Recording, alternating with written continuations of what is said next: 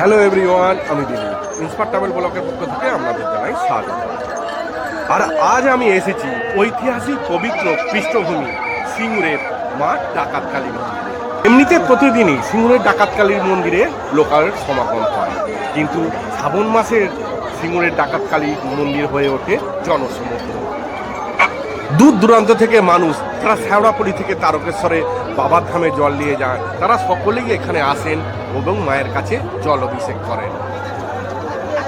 কথিত আছে পবন ডাকাত ও রঘু ডাকাত দুই কুখ্যাত ডাকাতের দ্বারায় প্রতিষ্ঠিত হয় পুরুষোত্তমপুর সিঙ্গুরের এই ডাকাতকালী মন্দির। কথিত আছে মা সারদা দেবী রামকৃষ্ণ পরমহংসদেবের সঙ্গে দেখা করার জন্য দক্ষিণেশ্বরের উদ্দেশ্যে হাঁটা পথে তিনি কামারকুকুর থেকে দক্ষিণেশ্বরের উদ্দেশ্যে যাচ্ছিলেন। হাঁটা পথে তিনি ক্লান্ত হয়ে পড়ায় কিছুক্ষণ বিশ্রাম নেবার জন্য বটবৃক্ষের নিচে বসেন, আর তখনই খপ্পরে পড়েন রঘু ডাকাত আর পবন ডাকাতে। তারা মা শারদাময়ীকে এই কালী মন্দিরে নিয়ে আসেন। মায়ের রক্তচক্ষু দেখে তারা ভীত হন ও মাকে কালী রূপে দেখেন।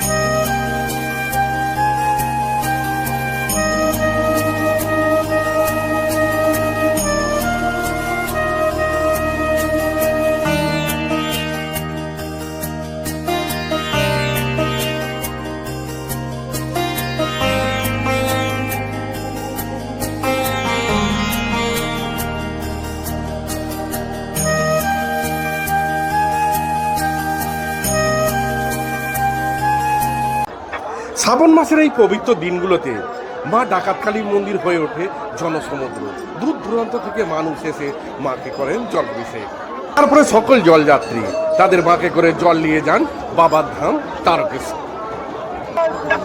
কথিত আছেন মা সারদা দেবী এই মন্দিরে এক রাত্রি যাপন করে। মা শারদাময়ীর মধ্যে রঘু ডাকাত ও পবন ডাকাত মা স্বয়ং কালীকে দেখেছিলেন। তাই রঘু ডাকাত আর পবন ডাকাত মা কালীর কাছে ক্ষমা প্রার্থী হয়ে শারদাময়ীর আশীর্বাদ নিয়েছিলেন। রাত্রিবাসের সময় ডাকাত দল তাকে দিয়েছিলেন চাল কড়াই ভাজা খেতে। সেই থেকে কথিত আছে আজও এই সিঙ্গুরের ডাকাতকালী মন্দিরের প্রসাদ হিসেবে চাল কড়াই ভাজা দেওয়া হয়। জয় মা ডাকাতকালীর জয়।